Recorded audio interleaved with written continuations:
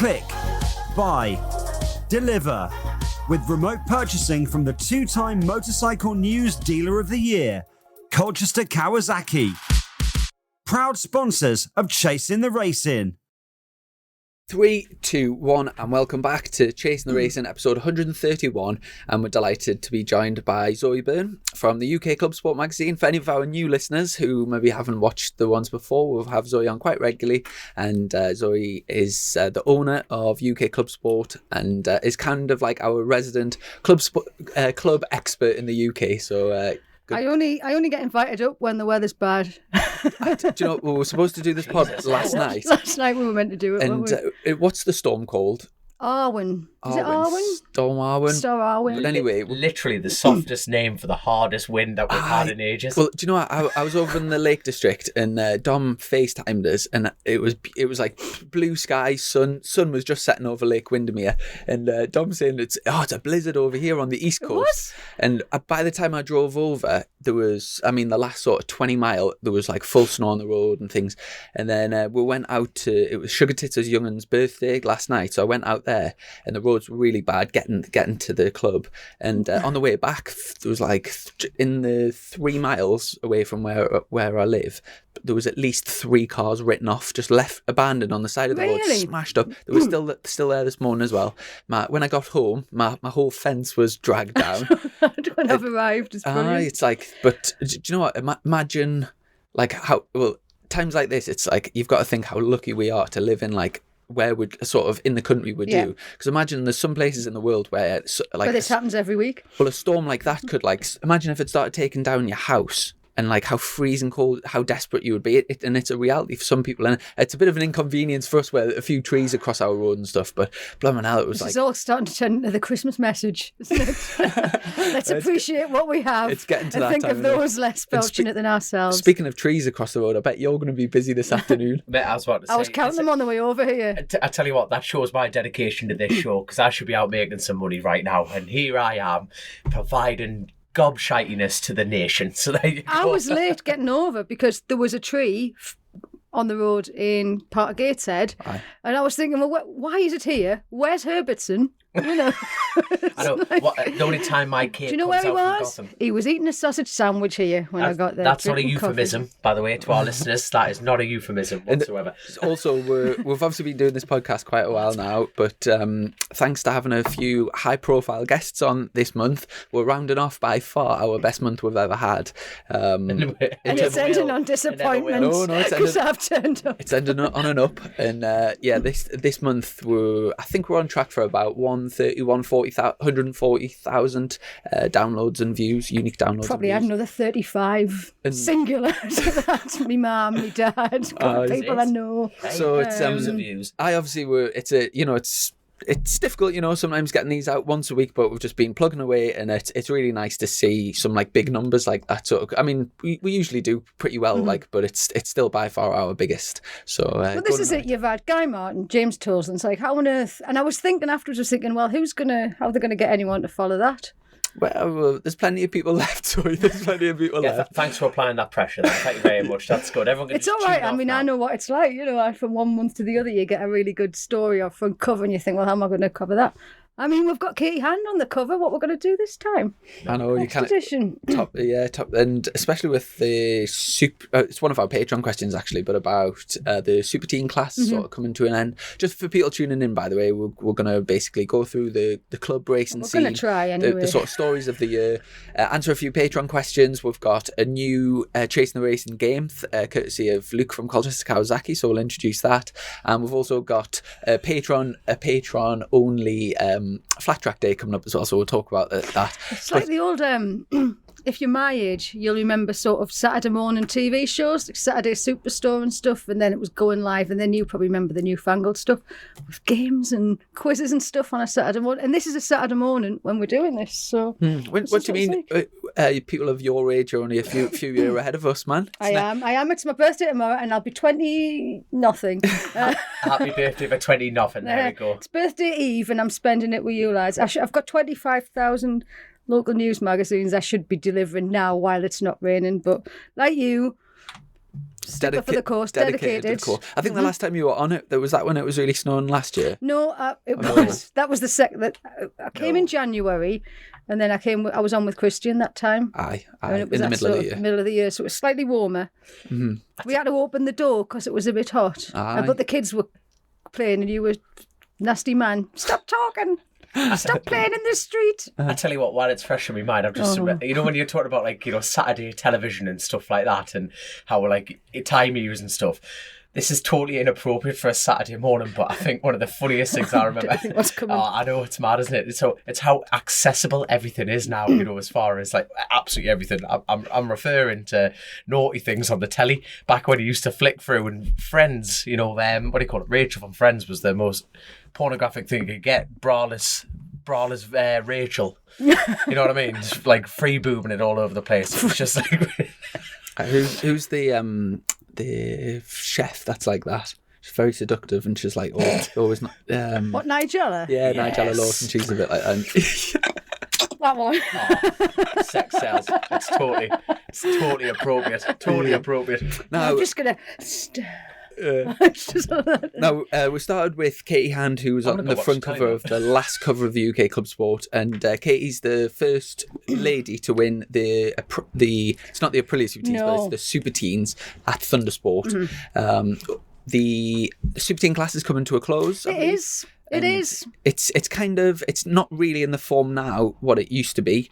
So it's kind of it's a gradual sort of progress. Well, it's like a digression, isn't it? Yeah. But it's sort of, it went from the Aprilia Super Teens, which ran for years under the guidance of Ian Newton. It was yours. You were Aprilia Super Yes, Teens when you did that. originally it was actually at Bempsey, and then when Dave and Bernadette sort of split off and made Thundersport, the official Aprilia Super Teens went to Thundersport. They did also have a Super Teen class at MRO, but it wasn't the official one.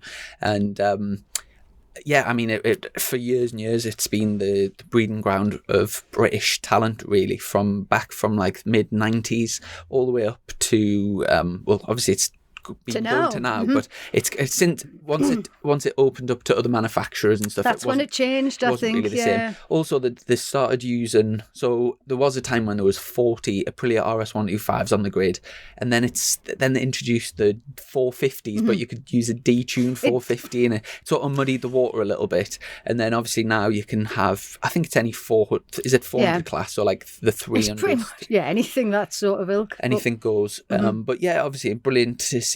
I know Katie personally. Did you do a free tech with her last year, or was it a No Limits? I know you did an endurance or something. We did free tech, and we had Katie and Lissy on the show here. Yes. That would have been That was a year ago. wasn't over a year ago now. good Yeah, but yeah, great to see she's had a good year racing.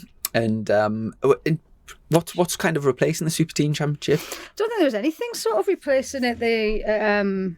Okay, going from sort of pit bikes or going from metro kits up to get to British, like British Talent Cup. Is there a middle step now? I think you really have to go down the Team Green Junior Cup route at Bemsey, and I think until, but when you were coming through the order, obviously Super Teens that's what you did, it's what you came through, it's what you did.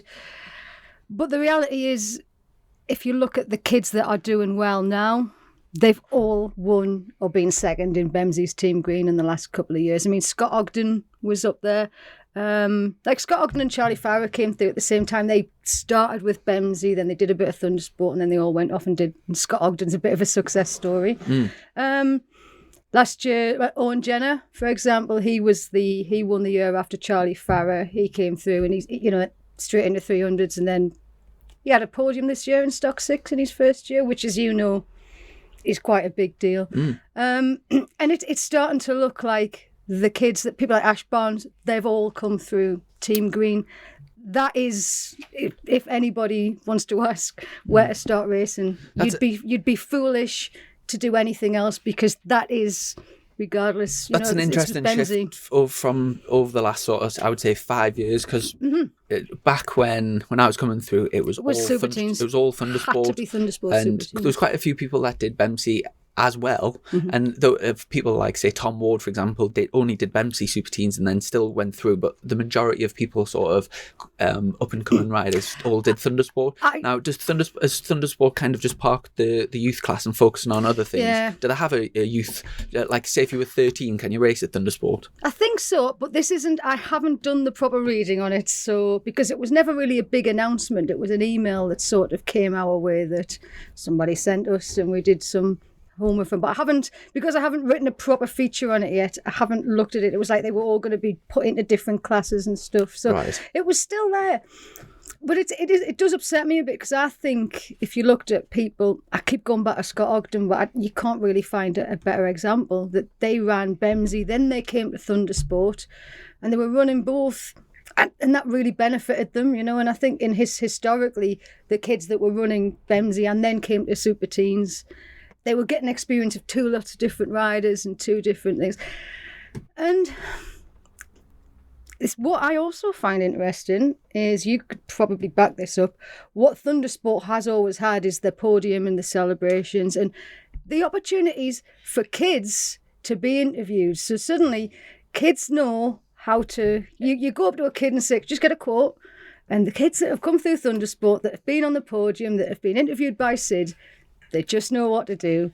And the ones that haven't, because they don't, and It's obviously getting interviews is quite a big part of it, and not everybody's gregarious and wants to talk and blah blah, but they have to learn that, that is a very valuable part. Now, do you know if you've had a kid, for example, that was doing really well on, say, a Metro Kit or one of the mini bike classes, and they wanted to make that step up to the big tracks, but they wanted to do production racing, they wanted to stick on like a proper racing bike,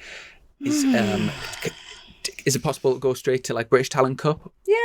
Right, so a lot of kids did. Okay. And a lot of those sort of kids that went straight to Talent Cup did quite well. But you're talking about the kids that were leading the way, again, in Metro Kits or mini bikes even, there's no point if you're finishing 12th to go to British Talent Cup. There's no point, And now and it's the same way it would be if you were finishing 12th at Bemsey. There's no point in going to Junior Supersport. Without sounding, well, obviously I am the thick of the show, but I'm going to ask the stupid question. What's you know how British Talent Cup, it almost sounds like a selection process. Yeah, it's not anymore. It's not anymore, is it? It's just basically it's the name's the only thing that's. That's a damn shame. It's like the British version of Moto 3. Yeah. Right. Same sort of bikes. But then you still have to, now... the original 2 years, they were selected, they wore identical kits, they had identical motorcycles. It was all paid for. Yeah, that's what I mean. Yeah. Now it's just another class that, like, you have your own bike. It's just Motorstar with a different name on it, really. Exactly, yeah. But do you have to wear the same levers and everything? No, so it's literally an open thing. for all. Is there a prize for if you win it? You get you were supposed... Was there something linked up with like the Spanish Championship or European? I think there might be something like that. That's why they call it the British Talent Cup, but yeah, it's not. And so the kind of route now is, for example, if you do go down the Team Green Kawasaki route and go down to Colchester Kawasaki and buy yourself a 400, and then done. go from into the British class, and get Junior Supersport. Yeah, Junior Supersport, and then it's stock 600. From stock 600, you can go stock 1000, Supersport, and then up to Superbike. That's kind of your ladder to the top. And World Championship have the problem where there's no stock 600 or stock 1000, so that you've got to go from 300, 400 into World Supersport. Supersport. Which is, Look at Tom's face. He's like, you what? Yeah, but that's not old news. It's been done before, hasn't it? Mm-hmm. Well, no. No, it was riders. Has it not? Will you tell me? You two. The class has got... it is possible to do that. No, it is possible, but how many riders have done that? Because there's been a few lads who are stepping up from stock 600 into stock 1000. Isn't there, this year?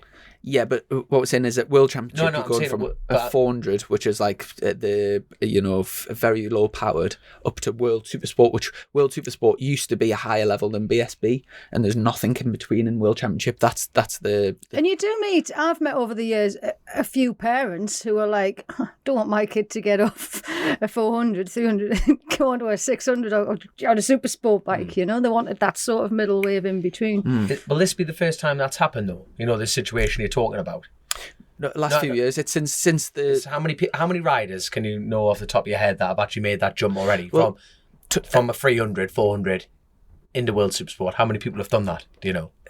I'm not don't really follow World I Super don't Sport follow things, it but enough. anyone that gets into World Super Sport from the junior World Super, what do they call it? Fair play to them. Junior Super Sport, like Tom Booth Amos is doing that this year. Yeah. So he's been in the Junior Super Sport Championship for quite a while now. Is one of the front runners. But he's been kicking around for a lot of years now, hasn't he? Yeah, well, he's the same age as me, and so we used to be back in Stock 600 in like 2015, and from there he's went down the class to the 400, which is like in this country's like what Katie Hand's just won the Super Teens on, that sort of powered bike. Do you know, and is stuck there, but at World Championship.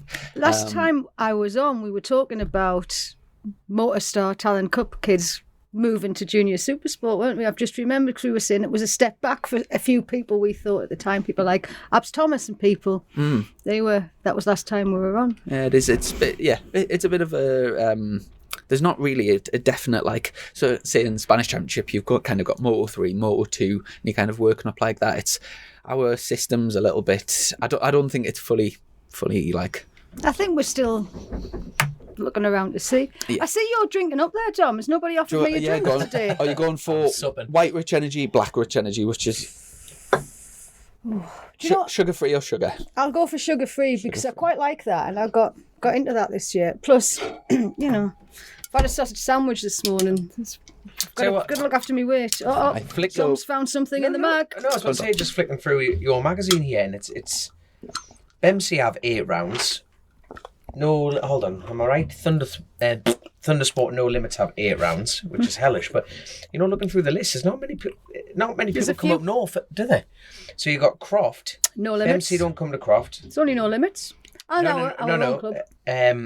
CRMC. I was about to say you haven't got the North East Club that are looking to make a return. No, we will. Next year. Actually, what happened was when that went to press, not everybody's calendars were in. Right. And it was the difference between how many pages, so we'll split them over 2 months. Since COVID, obviously the calendar got reduced that year. I'm pretty sure there used to be like 10 or 12 rounds for a championship. Thundersport used to have 9, I think. Yeah, and they actually, and it was a couple of years ago, they brought it down so it was actually 1 a month. Because I think they had 9 over 8 months. And I think they sort of said, this is a bit daft, really. Because, a lot of people, they save all their money to go racing once a month. And so they just took that extra one off. But it is well spread because you got March, May, so like end of March, then you got May, the beginning of May, end of May, then June, July, August, September, October. So yeah, it does spread it out, doesn't it? But the good thing as well is with the clubs, if you are wanting more track time, there's nothing stopping you sort of mix and matching. So like Stez, I think Stez ended up winning the No Limits Championship, 600, and the Thundersport did both championships. I think there was only 1 round that overlapped, and so it is possible. Like if you are wanting loads of track time, you can pick. There's pretty much a club race on every weekend that you can enter. There is, and I think. Which is what I want to say anyway, just because where we are and here we are, and you've just mentioned the North East Club, we've lost them for 2 years. We haven't had them for 2 years, have we, with COVID? To be fair, they've done the wise thing though. They've just kept their heads down and just gone, well, if we don't spend the money, we're not going to lose the club. No. So counting through here, there's 10 clubs with provisionals, 11 if you include the North East. They started Croft April, I think. I know this. I actually wrote an article for the Sunday Sun last week about the 26th and 27th of March. There you go. So we're back to that original. We always used to have this. The North East Club would kick off in March, and we used to get like a lot of the BSB lads used to come down. I can remember Michael Hill racing when he was 125s coming over. Joe Burns. Everyone would sort of come over and do the club race. Just to get a bit of practice for BSB. And if we don't have that anymore, why not? I think everyone local should come out. It's not going to affect BSB because they don't race at Croft. Joe Burns is back. Yeah, did he do Knockhill or his Fortune? He's one of the Scottish ones. So he's been bombing around on a Triumph, I believe. So yes. It's good. Like it's good to see these lads at the end of the day. You don't coming back and enjoying it. Of course they are. Coming back, and from what I can gather, he enjoyed it and going to do some more. Right, but he's got long hair now, hasn't he, or something? I've seen him. He's got a mullet on. I've seen him at that festival, where Sam Fender and Jerry Cinnamon. Yeah. I was queuing up, and me and my sister was like, "I'm sure that's Joe Burns." So I went over and had a big crack. But excuse me, are you Joe Burns? Do you know speaking of like the younger classes, before we wrap things up, is there in terms of like talent spotting, is there anyone that you've seen in the sort of 12 to 15 category that's not currently at British Championship level, but you think's maybe got the potential? Well, there's obviously Katie Hand as well, so mentioned. Now, we've got the guy, this is Jack, I think, who's won Team Green, and I feel a bit, as usual, I go through this emotion every year. I don't pay enough attention to Team Green winner, and then he'll say he, I shouldn't really, but it's usually a he. Then they'll go on to be absolutely wonderful, and I think I should have paid more attention. Like this year, I should have paid more attention to Jack Kirsch, who's won Team Green Juniors and Team Green overall, but not the seniors, because Phil Atkinson's won Team Green Seniors. Right. Which just, I would like... I'm trying to find anyone who's won more different championships than Phil Atkinson, because that's how many championships has he done now? And I always look at you because you were his mate once. I'm still he mates raced with against Phil. him. Yeah, he's a good guy, isn't he? Mm-hmm. But he's ridden everything and he's won everything. So now I don't know how he did it. It was rock up and do Team Green Seniors. He does the classics and that as well, doesn't he? I think He'll have beaten you at some point, he probably. did the 250s, I think, at the classics. I think. Oh, Factory Phil. There That's you him. go. Yeah, there we go. But yeah, so we've got Jack Kirsch, who's obviously, if he can win the Team Greens, he's going to come up, I imagine, next year. Whereas, again, it tends to be they come up and they do well, they win here, but you don't really get a proper idea until they get to the British paddock, like it or not. You know, that's where you see the likes of Owen Jenner and what have you, and Ash Barnes. It's where they come into their own. Mm-hmm. And like Joe Talbot and Joe Howard. I always get those two mixed up, but they're all. Again, they're club guys, and there was something I was sort of saying to you before about 600s. I don't know if now's the time to talk about 600s. Is like, you often ask, Chris, you'll often say to me, is there any young 600 riders coming through? And I have to say no. Do you know why? You know why? If you think about it, they're all riding the threes. They're doing Bemsey's Team Green, or they've been doing Super Teens. They're going straight to Junior Super Sport and not coming back to ride 600s. Now, you never did, but losing me phones. I know you never. That wasn't the way you came, but historically, a lot of riders would win Super T, or get to that level, and because there wasn't a Junior Super Sport sort of championship, they would stick around Thundersport or wherever and learn their trade on the 600. They're not now. They're going straight to Stock 6 because. It's difficult. It is difficult. Egos are difficult to let you go. If you're a 15-year-old kid, who's that? It ain't me. I had to take my coat off for this because I was making too much noise. Egos are, it's not just egos, it's everything. I used to play the violin, and I remember moving to youth orchestra, and then I took up the viola, and someone said, would you go back to the old? I'm not going back there to play with the grade 3 people. And it's the same sort of thing, isn't it? You don't want to go back to clubs. Once making the step from... It's a very difficult thing to do. So you go Junior Super Sport at BSB, then it's very... Yeah, everyone's it's like you going to do the TT and then saying, do you want to go and do the Manx? No. But yeah, moving. You would, but to be fair, there's quite a few people that I can think of that say if you're not winning Junior Super Sport, but you're old enough or getting too big to move on.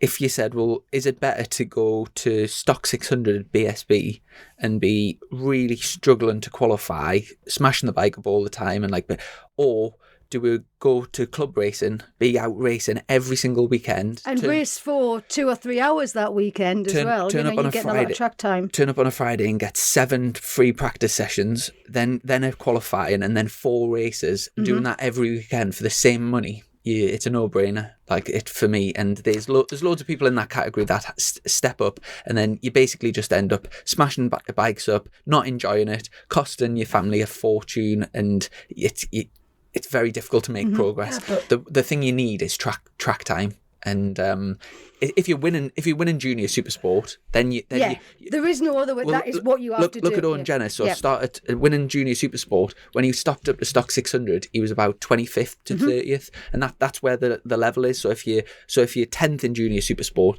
you're completely wasting your time. I think moving up to British Stock 600, because unless you are doing loads of club racing as well to get the track time, and some do, and that's the way to do it. But finances, not everybody can do that. If you've got to choose either BSB or do a full year of club racing, it's an absolute no-brainer for me. What you putting the face for? You can't remember. It's one of those. It's the sheer fact of like you only get faster by going hanging out with faster riders. I know, but that's the point. You're not. Is that if you're true? If you're Of course 10th in, it's bloody true. No, but if you're 10th in junior supersport, you're nowhere near good enough to be winning club racing straight away. That's true. So faster riders that are a couple of tenths ahead or a couple of seconds, not 5 or 6 seconds. Because you go to BSB and you're just demoralised. You're just getting lapped. That's the thing. It depends on what you want out of it. But like you say, at a younger age, like a proper young age, you want to go out there and enjoy yourself. You're spanking money that's not your own, it's mum and dad's. That's a total different element. But see, I'm speaking from my own point of view, and it's like I'd rather be at the back of the top class if I could afford it. But if that means you're never going to progress, because if you went off and did Thundersport 600s, where you could be doing some serious proper racing, and learning more skills and learning your craft and learning more, or just piddling around at the back to be a superstar, where's that going to get you? Do you know, if you take you as an example, that's a real good example. So like say if you did British Supersport, or for the same money as doing one round of British Supersport, you could do 2 weekends at say Thundersport. At British Supersport you get 2 free practice sessions, a qualifying and 2 races. This side you get 14 free practice sessions, 2 qualifying sessions and 8 races. It's the same money. It's the fact that Jack Kennedy's also in the race, but he's miles at the front is irrelevant. At club racing, you've still got people to chase and you're still developing your skills, but you've got probably 5 times as much track time. Also, if we're looking at youngsters, you've only got 6 lads to chase. Get to the front of British. If you can beat those 6 lads, club racing, that's when you step up to Supersport. Not if you say 5th or 6th the club racing, you've still got a lot to learn to then go Supersport. I totally understand that, but you see, I'm going to use the TT as a reference here, right? You get out mid-pack, anyone who's faster than you passes you, and you get a tow. That's how you learn. That's the Isle of Man rule. I'm at the back of British. Anyone who passes me, I'm getting a tow. I get the Thundersport or something like that. There's 4, 5, 6 who are faster than me. They clear. You're getting stuck behind someone. I'm out there. What am I learning? I'm in a pack of wild animals. I've done one. I tell you what, the 2 times I've done British Supersport, first time I went there, I got lapped by Jack Kennedy. Second time I went there, I was in the points. You know what I mean? I was out, actually got a bite of the wins. No, but to be fair, in between you've done quite a bit of club racing, so that kind of... but like classic racing. No, like... Did you race no, though? Not really. All right, okay. Think about it. I've done a bit Here's of Super Twin racing. When you go and do your classic racing, are you racing or are you just going straight off at the front? This here was a bit of a bad example, but but in general, have you raced? Yeah. So you've learned, haven't you? Oh, I totally. But I'd rather the thing. If I had the money, I'd rather be at the back of the top class, 100%. But that's how I. And that's what a lot of people, and there's nothing wrong with that. There's a lot of people that is all they want, but then you've got people who want to win championships. I'm looking at the ideal situation is like say Joe Talbot, who's doing both, who did both and was out every weekend doing club race and developing his skills, and also getting dragged on by the fastest people in the country, and he nearly won the championship the second year that he did 600s. So the perfect example is do everything. Do both. But we're talking about if you're doing 600s, you've got 30 grand budget. You can either do BSB for 11 rounds and be hardly any track time, or with that 30 grand you can be racing nearly every weekend doing club racing. Hold up, what about Frank O'Bourne? That's a perfect example. He gets no track time, but he gets out on a track and he's fast. But the point is, the very first round this year he would have turned up at a club race and cleaned up straight away, because he was at the front of the British Talent Cup. So that if he was 10th in the British Talent Cup, then he would be wasting his time. And he'd done a few years in clubs as well, remember, before he got here, so... So he's not really. It depends where you are. It depends where you are on the timetable, because before you move on, if you learn get a craft, I totally agree with the track time element. But if you want to learn to get fast, you want to be in British. It's a great conversation, to be fair, though, because there's a lot of people sat at home who are probably in this position debating what to do, and it's a. And we haven't helped. We haven't helped at all. No, you're not wrong. It's one thing to think about, though, isn't it? It's a good. It's like that's even for the roads, everyone's doing it. It's like Nathan Harrison. He's on the Joe Talbot side of things. He's been on everything this year. I'm sick of seeing his name everywhere. That's it. He's been doing BSB as well as club racing. He's been coming over from the island. Yeah, that's it. You know what I mean? Money talks, kids. Money talks. There's money in tyres. There's money in tyres. Right. They sell tyres, Spending don't the they? blood. Quayside tyres. I have no idea what they do, but they're doing well at it. So let's give a few people shout outs. So let's have Outstanding. It's like the awards. outstanding performances of Club Racing World in 2021. I'll start off with Grant Whitaker, who wrapped up the CB500 championship. CB500s. Have you guys been out on Josh Leenan's bikes Not yet, but I think it was a few people have offered us CB500s to race. I think Josh Leenan. Josh was I need one to of them. speak to Josh Leenan anyway. That'd be good crack, wouldn't it? If we did a round. Lundy, like the marvellous magician that built this trailer, Revolution Campers there, he's bought one. He's See the CBs. This is a takeover. He cleaned because up. Everybody I know is like, oh, he's got a CB, and He cleaned up at Cadwell in He mopped it up the properly. senior race. Mm-hmm. Do they call it the senior race? Is that Martini van still for sale? No. You're on No. commission, aren't you? He's on commission. Fred needs to get a plug in. because Richard Cooper's been out on one as well, isn't it? It's the only thing I think he's been out Did you on. see he cut his teeth on that though, didn't he? Like, Yeah. I mean, he's always been the big. He's even worse than Josh Leenan for sort of bigging up CB racing he's a and good stuff. lad. Did you see Cooper put a post on the other day saying he's looking to do club race? He's looking for sponsors to do club racing next year. I missed that actually. Yeah, he's Well, there's the next cover. Coops. Coop's back. Yeah, no, so he's looking for sponsorship to get back at that. So, yeah, that magazine's going to be boring. Richard Cooper wins again. And again. Guess what? Again. Yeah, so Well, this is it. We had different big bike titles winners this year. No, we didn't actually. Bemsey, Aidan Patmore, nice lad. We like him. He was always pleasant to us. No Limits, Luke Hopkins. What's he doing next year? Luke Hopkins. Yeah, because he did British I imagine Superbikes. he's probably going to be doing British Superbikes again. You don't sort of pop up. Because he was doing It's that been on an the stock interesting. firebike. I don't know. Yeah. I don't know how I feel about the path he's taken straight into Superbike. This is possibly like going. I've been sort of watching Luke for a couple of years. I've mentioned him on here. Didn't I actually say, oh, he's going to be in Stock 1000, and then he wasn't. Yeah, but he's getting more. He's getting more track time in Superbikes. Yeah, I think yeah, what it's he's come doing, he's learning. A fair play to him. It's you know what? It's I mean, he's not a slouch. Don't be. I mean, this kid's fast. oh my god, This kid can ride a bike. He might have had a couple of slowish years, but that doesn't. But he's cleaned up at No Limits now. He's obviously got it right where he can claim the No Limits cash because he hasn't got any BSB points, I'm guessing. right. It's a very, very well. It's not really, No, is it? no. It's not naughty because it's in. within You the just rules, didn't but- think about it, though. Is it No, more, but I wasn't be doing what he's doing. But is the rule something like you, Points, isn't if it? is it something like if you've scored more than 3 points in super stock, then you're not eligible? Or BSB, Or I BSB, think. right? But I don't think he's got any BSB points. Or at least he didn't at the start of the year when he was at Croft and I saw him getting the money. So that he was still. fair play to him if he can And I afford think to that's do it. brilliant, yeah. That's the way You to know, do it, it's- isn't it? that's He's what it's getting for. married as well, isn't he? Mm-hmm. There you are, it's all happening. Well, he's engaged. I don't know whether he's set a date. I don't know. Any other outstanding achievements? I tell you what, that Super Twin class at Thundersport didn't look too bad this year. I noticed you were rattling around in there, weren't you?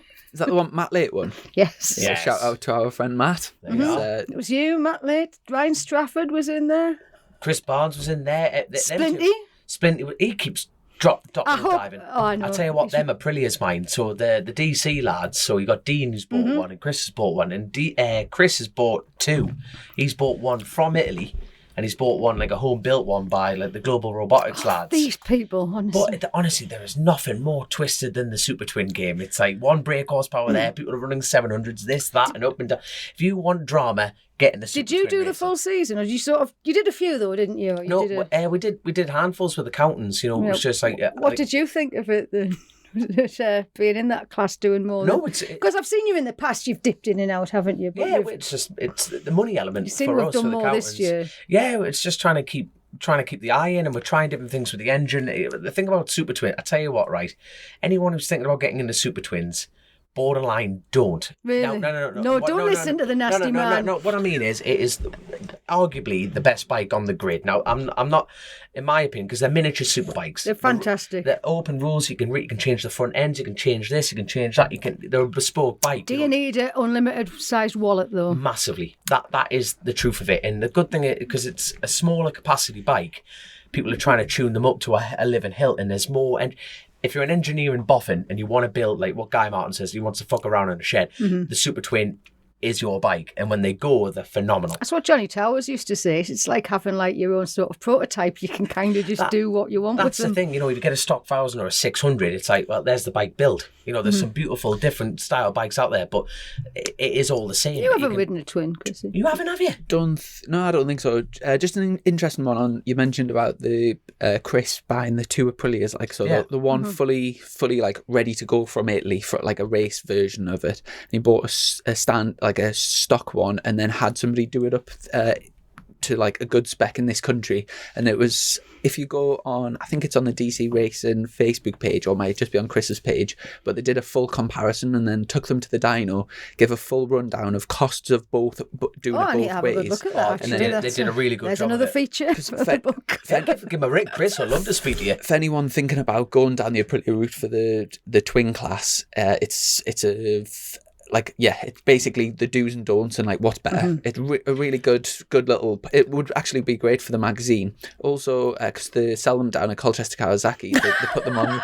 They stuck them on. That's number 2. If you go on Would YouTube, you like a rich energy to wash down with that corporateness? if you go on YouTube, there's a thing of do you know Naomi Morgan, Nick's daughter? Oh shit! Oh, Naomi put one on the dyno. So if you go on YouTube and as a stock bike, the 660 is it's good power. It's to be honest, as far as super twin racing, go get an Aprilia. That is the truth element. If you go buy a Z650 Kawasaki, they're really low and you have to tune them up. But you see, they've had years of development over the Aprilia. Now, what the Aprilia are banging out and what the DC lads have done is they're banging out like 95 brake off the go. What's a good? Now, I think the strongest one I've ridden was actually, don't forgive me for saying this, counting racing, but it was actually the RC Express bike that I rode at the Southern 100. I won both races. I remember you coming back. Mate, I came in, right, and the RC Express lads, so I'm going to say how it is. They were like, oh, well, if you can get near the podium, that'll be all right. And I came in, and I remember riding that thing going, holy shit. I rode my own SV650 really building up towards that, and it was just, it actually had more torque in it than a superbike, like on the dyno sheet, and it was just, my god, you just come out of a corner and boom, and it was wheel spinning out of turns on a super twin. It was phenomenal. And like Adam, who he builds and owns the bikes, and he's in partnership with RC Express, and that thing is his bit. It's a bespoke thing. He does his own engine build and everything. Wow. Fuck, Jesus, the thing, it was just woof. The thing with the twins is, for me, this is terrible, but I didn't really understand twin racing until I started doing the roads, because you don't see that, unless you're doing the clubs and the roads, you come through BSB, you don't see super twins. What are these crazy things? And then you get the roads, it's like, so what's, the first time I started roads was, what's lightweight and what's this, that and the other, and then super twins, there isn't these clubs. And it's like, once you go down the rabbit hole of super twins, it is by far, and the thing is, it always gets one race. Saying that 2022, no, 3 even, it's going to be 2 super twin races, not just one. But the thing is, they realise it is 2, which is that way. And they sound incredible when they go up. God, open megas and everything. But you see, it was actually Ryan Farquhar, Rhodesman. If you don't know him, get out underneath the rock that you've been under. But he put the wallet in super twin racing. It was always a cheaper class and stuff like that. But you see, fair play to Ryan. He's raised the game on it, and it's just become this beyond bespoke class. And it is proper, but it always invites proper racing. Like, you've got Jeremy McWilliams going on the Northwest and the Ulster, flying round on one of those. You need to get Chrissy on his twin. But like, I tell you what, like, for your magazine, you want to have a word with Chris and Dean, DC Racing. But don't tell everybody, man, because the rivals, all the Club Sport magazines. Hold on, this is coming out quite, you've got a few days to get ahead of them, don't you? But you want to get Kevin Watt as well, who Jamie Coward rides for. That is his baby, that bike, and that is a proper thing. And then you've got the pattern element, is the Norton eligible. It's proper drama, but it always invites proper tight racing. It is it's a class. It's a brilliant class, and without blowing too much smoke up your bum, you are one of the best super twin riders in the country, if you think about it. Well, it's that 900. Right now, it's that 900 engine that we've got in it. Seriously though, right now, if you put all the twin riders on a grid, you'd either and win bring or in the roads as well, though. It's not just about a grid, is it? It's not just about, So the more the super twin class gets things, it plays into your favourite. You see, that's the thing. Like you need to be on a good bike. You know, World Super Twin. We don't need World Super Bikes anymore. We just want World Super Twins. Well, like you say, like that gap filler element. It's like Bradley Peary. He went to Super Twin racing and it got him up. But you need. It is such a segregated class if you go to any of these club meetings, because that's the only place you can do it. You Roads is the highest end of Super Twin racing. That is the fact. You know, you've got the best lads on the bikes and off you go. But like, so nobody needs to come to Croft in March because Dom will be on the Counting Twin. No, but in the same breath, but you'll not win. No, but I'm not being. No, but in the same breath, you've got Jamie Coward that might turn up. You've got, you know, if Ian Lockett wants to pull his bikes out, you've got two Pattons on the grid. Hell, Peter Hickman's going to pull out that Norton at some point, isn't he? And you're thinking, well, the earlier part, we're talking March. And going back everyone come to Croft in March, right? No, but you see, there's only 3 chances to go to Croft, and I think the North East Club survives on Croft because they actually have the scooter racing. And it's a great track. I really hope they've got the scooter racing, because that brings a total different. Especially when you catch them warming up down the airstrip, and they're just whacking them down the airstrip, you know, and it's like, what's that? They're just warming up. It's like, what they could, yeah. And also, right, I don't want too many competitors coming to the Croft, but the resurfacing. It is brilliant. Yeah. It is. Well, I went round there with the CRMC in the piss and rain, and on a classic bike, I was getting my knee down. When were you last round there under any racing conditions? Racing conditions would have been 2011. Good God. It's a funny while ago. I did one of... Still an airfield then, wasn't it? I started racing in 2012. I did one of Whittam's track days in like about 3 years ago. I found an old video that we did down there actually on at range. We just stood there in the rain. But was that a track day or something? Yeah. But like you say, if like depending on whatever you're doing next year, it's like you say, it's before the BSB season starts or anything like that. And like you say, all the BSB lads turn up. I hope they don't, because I want to go around there. We do often get asked about... on Twins. if there was there will be now. Bloody, what's his eye? Teesdale. Barry will probably be out there ruining it. No, I don't know. We do often get asked if there was an additional class for BSB, what would we'll want to see. I do think twin class at BSB would go down like unbelievably well. But can you imagine the cheating that would be? Well, that's the thing, you can't really cheat with them because it's an open class, isn't it? I mean, people would spend serious money on it. But that's what I'm saying. People would be, everyone, whoever won would just, cheating, spent too much money. And this was something that we used to get with Johnny Towers when he was dominating Super Twins. I can remember, which leads us on to that other sort of thing, is people saying to me, Johnny Towers is ruining this sport because he's winning it all. And this comes back to what we were sort of saying before. It might have been me and your dad and the guy was just like, when somebody wins everything, everybody else whinges, don't they? You know, despite the fact that Johnny Towers and Ryan Farquhar were spending a lot of time developing this bike, and then they won. He's ruining the sport because he's winning everything. Bollocks! He's just raising the game, innit? And this is always what happens. You know, Johnny Ray's been ruining World Superbikes for the last 6 years. If you speak to some people, you know. Quick question, like divert the conversation. But you see, do you think? I personally think Jonathan Ray, him losing a championship, will do his career better for the long run. Is that a good point or a bad point? And what I mean by that is the fact that he's won 6 in a row. He's got something to fight for now to get it back. Now it's like, right, let's. But you see, is Top Rack staying? He did sign like another 2-year contract, but I think it was with Yamaha. So I don't know. I would like to see him go to MotoGP personally, but I don't know if that's been 100% sorted. I don't know either. Oh God, because at the end of the day, like you kind of want. I'd like him to stay. I always like anyone to stay and defend a title if they can, because it's always worth watching. Because personally, I think. Now, I'd love getting proven wrong. It happens regular. But to like Scott Redden on the BMW, I'm not holding my breath.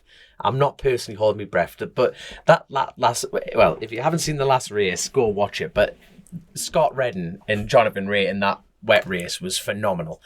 But the one before, what the title decider, because Chrissy had said, I spoke to you on the next day and you hadn't caught them, and he was saying, what was it like? I says, that first one, it was so, because I stopped up, it was so tense, it was almost like, down to breathe, you could just, every single, oh God, this is like, it was, watching it was tense, I'm thinking. Second, third, fourth, third, it was proper, like. Just like, and currently the champion still, so, no, Top Max went, all right, well, Johnny's taking, it's just like, you couldn't keep up, and then Redden, where's Redden? What's he going to do? You know, I had all visions of times Scott was going to just come and ricochet them all off. But I just think it has been a brilliant year, and I think it's just shown it's just spiced it up again. And I think getting to see all of Top Rack's stoppies as well has just brought something else. His confidence on that Yamaha, we have said it for the whole season, his confidence on that Yamaha, and saying that now that everyone knows the result, because we went back in time and we're going forward again, blah, blah, blah. But Yamaha have won everything this year. Which is why I kind of didn't want them to win World Superbikes. Not that I didn't want them to win. I was like, oh, let's just have someone that's not a Yamaha win something. Massively has been the year of the Yamaha, hasn't it? MotoGP, World Superbikes, BSB, Moto America, British Supersport's the only one that hasn't. Jack Kennedy on the 636 won that. First year, Appleyard haven't won it in 4 years. They won World Supersport. I totally forgot about that. Oh, there's Jack Kennedy knacking the job. There you go. The only person in stock 1000 that was on one was Hutchie. I think he was about 12th in it. Now, to be fair, I think that's been massively underrated in my opinion. You know what I mean? I think the Yamaha's come out so strong in that class because it is the class of sheep, isn't it? And what I mean by manufacturer, not riders. You know what I mean? It's about, well, what's the best bike out there at the moment? Off you go. But tell you what, they're talking about the Fireblade being even better for this year coming, the 2022 one. You know, the anniversary bike. They said there's some improvements. Who's they? They Honda. So Honda have said their own bike's going to be the best. Yeah, that's kind of a bit biased. I totally understand that. But who's kicking me? Someone's kicking me. Yep, someone's me. Playing footsie. I don't know if it was Dom who'd have knocked us out because he's got his big boots on and Chrissy's got his slippers. I've got to go back to work after this. But no, I just think. Well, what else? I tell you what. Speaking of that element of it, what do we know? Who's where? So there is. I don't think it's been publicly announced. I won't. It's an awful time of the year. I say, well, I know, but I can't say it, and everyone hates you for it. There is a top pilot on a Yamaha in stock 1000 next year. Brilliant. So brilliant. Because I think I don't know. It's definitely going to be interesting next year. Because I don't know. I've got my fingers crossed for Hutchie. I really do, because at the end, he was riding for Cinetic BMW before COVID hit. And he dropped the BMW for the Rhodes campaign to go to the Yamaha. So he was riding for Edwards Gin on the BM. Croy was helping them a lot that year. So the year before in stock 1000, he was on he was with the same team, but the team went from BMW to Yamaha. Right, so it's always difficult when teams change engines or names or things, as I'm currently learning. And then obviously like OMG Racing, they've gone to Yamaha and stuff like that. That was a strange move, I think. So not really. Do you know there's BMW? But they're the winning bike. Do you know the BSB? There's a testing rule that starts the 1st of 2022, so 1st of January. Is it the 1st of January? Yeah, you're only allowed so many testing days, like the official days and whatever. So quite a lot of the teams try and get out sort of to Spain or whatever in November and December. OMG are out on the new bikes, on the Yamahas. I think it's sometime like they're the week before Christmas or something, 12th aren't to they? 12th to the 14th of December. It's when we're at the NEC actually. But yeah, OMG are going to be out on the Yamahas. And we're not sure because there was rumours that with Billy in the team, whether he was going to go Yamaha in Supersport or whether he would maybe even step up to the Superbike on the Yamaha. So that's yet to be sort of announced. Billy can do anything though, can't he? That's the thing. When you think of that, he can ride anything. Think of that team. They've got Billy, they've got Bradley Ray and Kyle Ride, and then they've got the Rhodes lads as well. So they've got who signed up for the Rhodes? Davo and Hillier. So it's a lot of bikes when you think like this. Big old concern. Have we got anything else to wrap up the club racing world with? So I'm trying to just let's anybody else. Oh, can we talk about? Of course, we always forget the Scots and Lewis Patterson's he's been KMSC champion over there. A Torkelson. Well, this was what I was going to say. The Pattersons, you must know the Pattersons. Do you know the Pattersons? Because there was Torquil and then there's Lewis. Well, Torquil's retired now, apparently. I'm sure he's been out again. Then Lewis is his oldest, and then Owen, who had a really nasty accident a few years ago, but he's bounced back, and now their youngest Zoe's racing as well. And I'm pretty sure they're all racing like the same two bikes that Torquil's always had, And they do such a good job, and they've got I don't know. It's just I need to do a feature on them. I've been wanting to do a feature for a while, but then I knew Zoe was going to start racing soon, so I better wait until Zoe's racing as well. Proper racing family. They're a real racing family, and they're just they're. But just in Scotland, I mean, Lewis and Owen have sort of come out and done a bit of English stuff. But I'm pretty sure Lewis is when they'll go and do like a stock 6 or what have you, sort of wild card at Knockhill, and always comes out well. It's one of those Scots. Well, You will have come up against them at some point, I'm sure. Do you have race in Scotland? You'll have raced against Torquil at some point. Yeah, I'm sure. surely Lewis as well. Lewis is Super Twins. Yeah. You've done a bit of Scottish racing this year, haven't you? Once. I won at East Fortune this year. I was doing a tyre test, so... You will have, or at least Torquil, because he was racing with Splinty for a while as well. So let's... What's Splinty's plan? We've got to talk about Splinty. I can't... if I have to write... I mean, how many times have I written that man's retired now and then come back? I don't even believe him that he's retired. He reckons he's retiring again. He hasn't. I mean, he retired and then came back. And then he retired again and went to motocross, nearly killed himself in his first motocross race and decided the roads was far safer, and then came back and then started doing short circuits. Turned out he was quite good on the short circuits. And he's wasted all of these years. Not wasted, but he'd spent so long on the roads, actually. But do you know what? And he's retired, he's selling his whole setup, and he's been going on all year saying, I'm retiring. And I'm hoping he comes back, because... The return of the Mac. I don't know how many. I'll just, for the Sunday Sun, I'll just go and find the old stuff. Scott Campbell's retired again. Just change the dates. Just send it straight to the print. I seen on Facebook yesterday, do you know Milo Ward? Yes. Have you seen so he's ditching BSB and he's going road racing, so going to do the TT starting from next year. So Milo actually bought I think it was a Metrokit, or it might have been Metrokit and my Super Team bike off it. So it was like sort of following me through, but like a year behind type of thing. Am I right thinking he's been on the back of a sidecar as well at some point, or am I losing some? I'm not sure. I'm sure he was. He's a big lad. Yeah. If he was on the back of a sidecar, well, this was it. Or he has something to do, or maybe he just looks like somebody. But yeah, he's a fast lad. He's been doing Superstock for the last few years. He was at the front of Superstock 600. Yes. But for the size of him, he must have been given away like probably about 2-3 stone on some of the people he was racing, and he was still battling for podiums. And then he's jumped up to the 1,000. Obviously, so how do you explain that away then? If on the straight, he was like the equivalent of Phil Crow, like he was just getting annihilated on the 600. On the 1,000, it's less important, but it's still given a, like, for example, like if me and him were both on the same bike this year, for him to say do the same lap time as me, he's got to be so much better than me in the corners and take so many more risks just to do the same lap time, because every time we get onto a straight, I'm like considerably faster purely because he's so big. And Dom can answer the second half of the question: is on the roads, is that such a big deal? Is their weight as much of a size?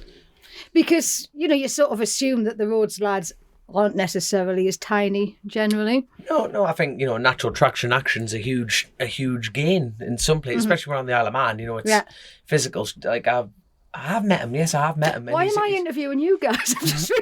It's the show. You're not a guest. You're part of the show now, so don't worry. But it's a case of I think he hasn't got to worry about that. But when you get to places like the Northwest and the Ulster and stuff, it's like Peter Hickman. How tall is he? He's 6+ anyway, and his size isn't really hindering. He's skinny, but there's got to be weight can be like the thing is he is a big lad, not massive, far from it. He's just a bigger lad compared to the rest. You racing snakes. He's not, yeah. No, but you know what I mean, though. But at the end of the day, these guns are tiny, aren't they? These kids. But he's blatantly fit enough to be doing stock 1,000. You know what I mean? He can ride a motorcycle, so I wouldn't worry about the weight element for him. Not one bit. No. But in the Northwest, is he doing that? If he's doing a roads campaign, I'd imagine he will be. You never know. He was on his way to the island yesterday, wasn't he? But the ferry was cancelled because of the weather. That's right, yeah. Right, there we go. But he's starting his laps and things. It's a case of whatever my plans are for next year. It's a case of I may end up missing the Northwest. Just the financial element. You know what I mean? So you blow up, see what me and the accountants can do. It's a bit like, we've only got one engine. We cannot afford to shit it at the Northwest. Do you think it's that input? Do you think doing the Northwest is crucial to having a good TT? Yeah, that was exactly what I was going to ask. No. Right. Is it also I've often wondered this, but I've never dared ask anybody. Is it often in your head that like, don't want to fuck this up because the TT's in a fortnight at the Northwest? Because I often wonder that, because I always think, you get these teams where the TT is what they want yourself, the TT is everything. And you go off to the Northwest, and if that goes wrong, TT's out the window. Do you ride with just a little bit kept in the tank with that in? I do. being blatantly honest on the side of that, I think the Northwest is a fantastic event. It really is, and it's part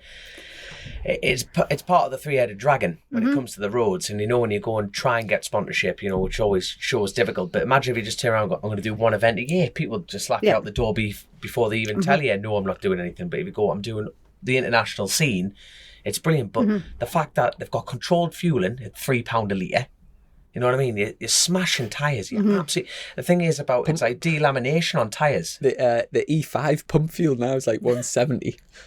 But it'll be up. I bet it'll be even more than £3 like for race fuel. And it's do you have to run your pisses me off that. It really does piss me off that. What's that? Wait, the fact that sometimes the organisers decide to piss on you and call it rain. You know what I mean? And the fact they go, it's a safety thing. Is it a safety thing? You know what I mean? It really isn't. It's like, just tell us. It's because you can buy two different grades of fuel. You can buy the super duper fast stuff, or you could buy the regular stuff.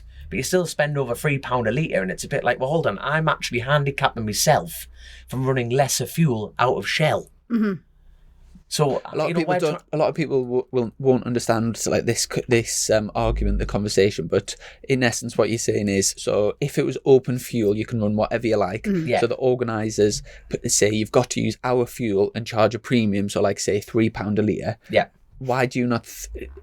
And you think that it's not a safety thing, it's a financial thing. It's a massive financial gain on them. I know clubs have to survive and stuff like that, but what annoys me is sometimes people treat you like idiots. Just say, look, at the end of the day, the club's struggling. Let's put the money in the pot. This is why we're doing it. And you think, but in the same breath, you're talking, there's only 10 people in that factory teams. Off you go. The rest of us... Just playing devil's advocate. If it was open fuel and you were battling you were racing, and somebody else was using like really good fuel, like say £5 a litre, and just smoking past you on the straight, you've then got to run £5 a litre fuel to match them. Yeah, but that would happen regardless. But if you run control fuel, it doesn't. But my point is, you can run two different grades of controlled fueling at the Northwest. So it's either £3 a litre or £4 or £5 a litre. You can, so it stops you running from like the really expensive stuff. And also there's the thing of like, I'm not really that too sure about fuel, but if just for example, say you could get really high performance fuel, it's really expensive, but it risks nipping the bike up. Yeah, people would run it for an advantage, but be taking safety risks with it. But so by making sure everyone runs the same, it takes that element away from it. No, but you see that safety element that people are going to run them. It's road racing, for God's sake. It's road racing. That's the argument. One little thing. No, I totally understand the devil advocate on your side of things, but control fueling should not be a part of it. No. Period. I'm talking about 80% of the grid here, who are like literally spending a fortune getting to the event, putting a show on for the event, and then they just scan, right, this sport is at its highest costing and it can be, let's bring controlled fueling in. I'm sure for fuck's sake. But bearing in mind, you can run any tyres you want. So it's not really a controlled atmosphere period. It's not like this is the Metzler event. You can run Michelin's, let's slap controlled fueling in. Hold on. This is not bringing the time, this is not bringing the fairness at it, equalness whatsoever. Controlled fueling is just a money-making scam. I disagree with you on that one, but it's Let's keep rolling with it. Then. But how? I'm enjoying this because basically to make the racing, there's loads of variables in racing. So like you said, there's tyres, there's engines, there's things. To take away one of the variables, which is like, for example, let's just say there was like a special type of fuel which was like £15 a litre to run, but the very the top three teams in the paddock could afford it, and we're annihilating everyone. And they're doing that now. You've just said that there's only two options, and one of them's £5 a litre, one of them's £3. Yeah, well, there's two options, but so like if it was unlimited and it was and there was like options that were out of your price league, it's pricing you out of being competitive. Where if it's capped at, let's say, like £4 a litre, like it is at BSB, then everyone runs the same, and it takes that variable away. Plus, it makes this from the safety point of view, people aren't taking stupid risks running like ridiculously high octane fuel. It's the highest you can possibly run is very safe. So it's like it just makes it fair. Everyone's on the same. Not when it's spanking over. Well, like my side of it is ruling out 80% of the grid. because we're running less controlled, we're running worse quality fuel out the pump than their £3. You know what I mean? We're trying to run cheaper to run at a level. So, but the fact of like, I can't afford the £5 a litre fuel regardless. So I'm never going to be on their wavelength. So it's a bit like, well, put a cap on the octane, fair enough. But having to run at that event, I have to buy their £3 litre fuel to run at their event. And that to me is not fair. Right.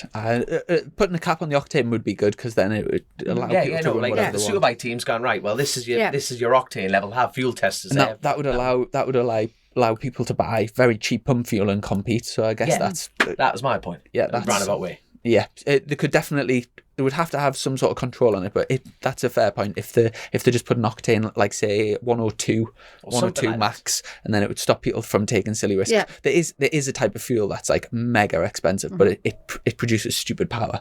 Someone told us about it. But that's the game we're in, isn't it? People are trying to get the edge on everything, Yeah. but it's about the stretch of the wallet. But we're trying to go there and put an event on. You know, where motorcycle sport is the only sport in the world where you've got to pay to be a part of the act. Welcome to the big circus. To be fair though, do you know, like, But say, you do it. do you know, like, You can't complain about it. I'm not complaining about it, but when you get like No, I'm saying huge financial, you get like, people do complain. I think we don't do it then. it's a bit different in say BSB because we don't actually do that many miles. If you buy their fuel and it's like say £100 for the weekend, if you bought pump fuel for the same amount, it would be like £60. It's £40, and each weekend's costing like £5,000. £40 like irrelevant, really. Yeah. Isn't it? But on the roads, it's different because I know you do a lot more miles. So it's like like TT is like a lot each of event miles. works out at like 10 grand an event. I tell you what, the only fuel free I cared events, about, 10 grand the only event. fuel I cared about this year was when Clive Paget donated me some fuel to get home from Open Park. Do you know what? We're desperately trying to get Clive on the podcast. Loads of people have asked for him on, and I even put him on the cover because when he told me, he says, "Oh, I can give you 5 litres. If I could have married the man there, I would." I was like, "I'll put you on the cover. I'll do anything." Do you know me? My dad's reading Hutchie's new book was at the telling moment. me, He said he said there's a full chapter just called Clive Paget and like a proper like same with Steve Brogan. Steve rode for Clive. He said he's by far the best team manager he's ever ridden for. Well, he was the best team manager I dealt with that day. Believe me, certainly better than mine. Everyone next year will be coming up to you saying, "Can I give you some fuel to be on the front cover?" Hey, I'm open to bribes. Anything that will get you on the front cover. Happy days. So what else have we missed then? But we're totally left on fuel for some reason. I tell you what, I know. I mean, that really got you both wound up the fuel. Mine, just while we're ranting about fuel prices. Fuel prices at the moment. It's just like so much. Why we're on? Do you know? Next week, toilet roll prices. Can you remember 2000? It's cost me a tenner just to get up here, for God's sake. It's ridiculous. Remember 2015 when the prices just went really, really low? It was like £1, or was it about £1 a litre at one point? I'm sure it went below £1 a litre. Like yes, it did. It went to 98 or something. Yeah, when we're on a vehicle ban drive, you mean, like no one's allowed out the house. The other day, I've had to stop. Like I was running low, and it was 170 something for diesel, and you're just thinking like, whoa. I went over to see the team like on Tuesday at the workshop, and it was like half a tank. Sort of. Well, no, I had half a tank. I put £40 in when I sort of got just because they're just off the M6. Aye. Got £40 in sort of like 10 miles north of them. And it was nearly empty when I got back. And I'm thinking, I've only driven to like Cumbria and back. Do you want to give a shout out to Dow Racing because of the new branding and all that?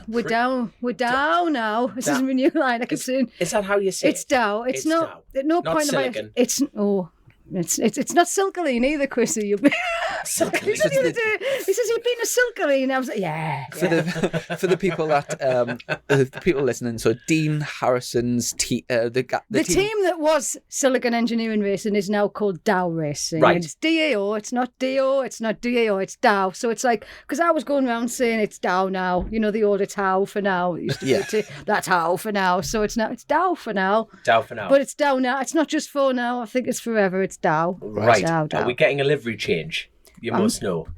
I do know, but I can't say anything. Oh, for God's sake.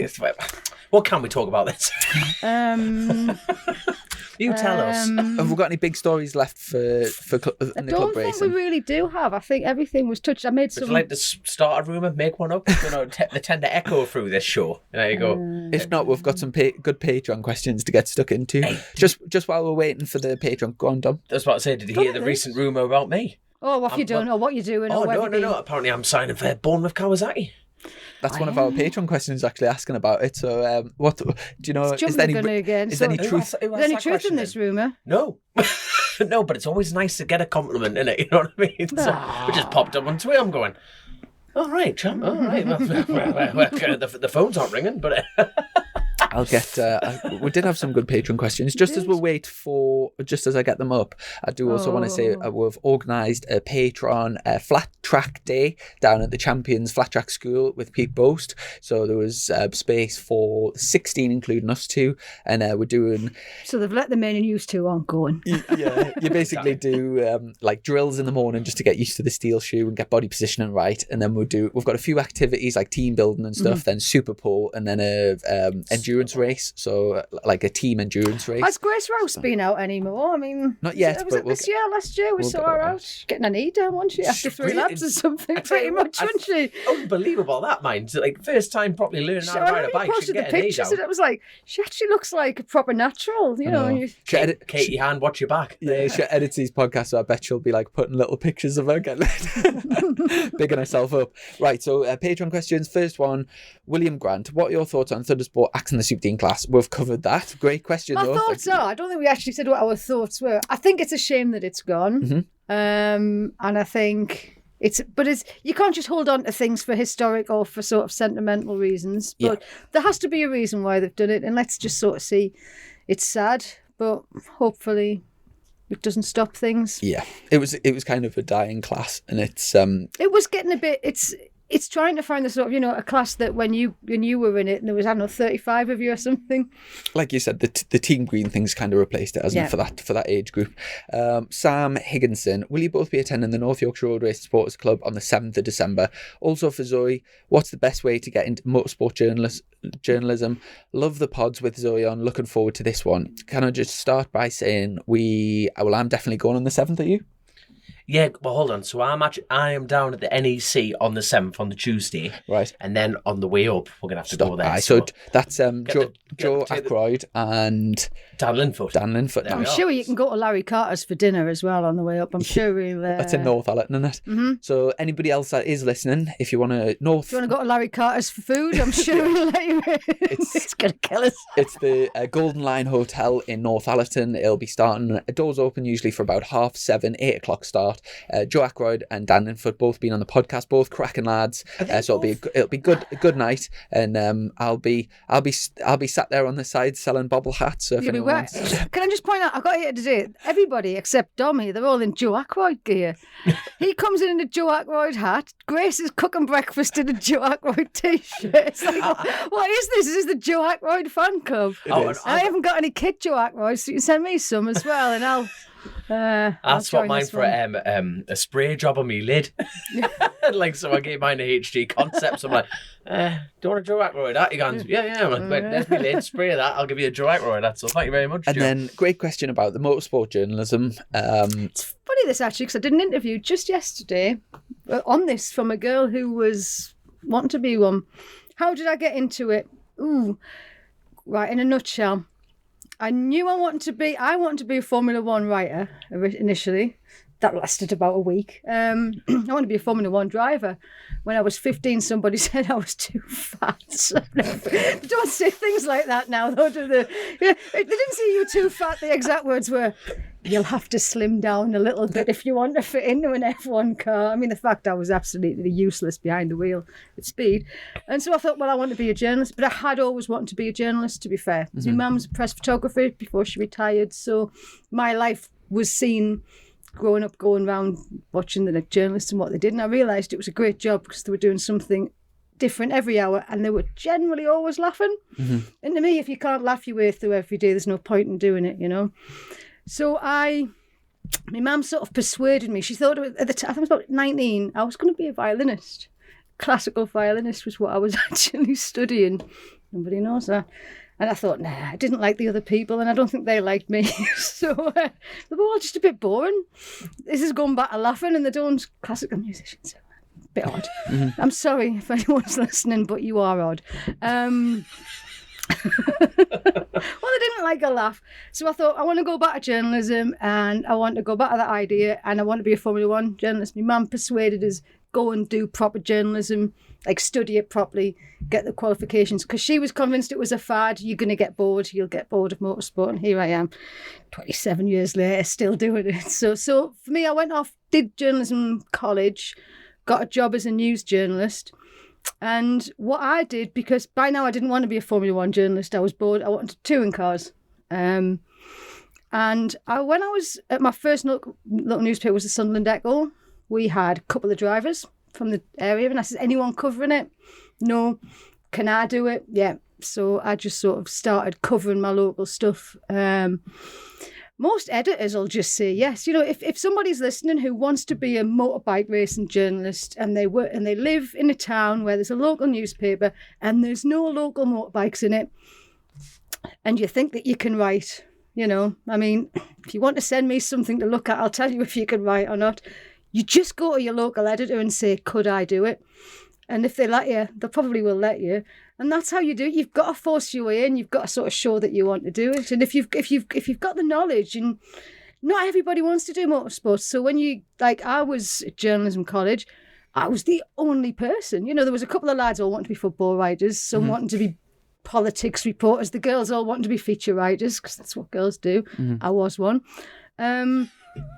And not everybody wants to write about motorsport, but you kind of just, instead of sitting to tell everyone, hey, the newspapers, never cover it. Go to your local newspaper and say, do you know, can I give it a go? If anyone is there an opportunity with your magazine that, like, for example, if someone wanted to sort of test the water and write like a good feature and send it to you? Absolutely, yeah. Because that's how, you know, I mean, you've got to look at 25 years ago.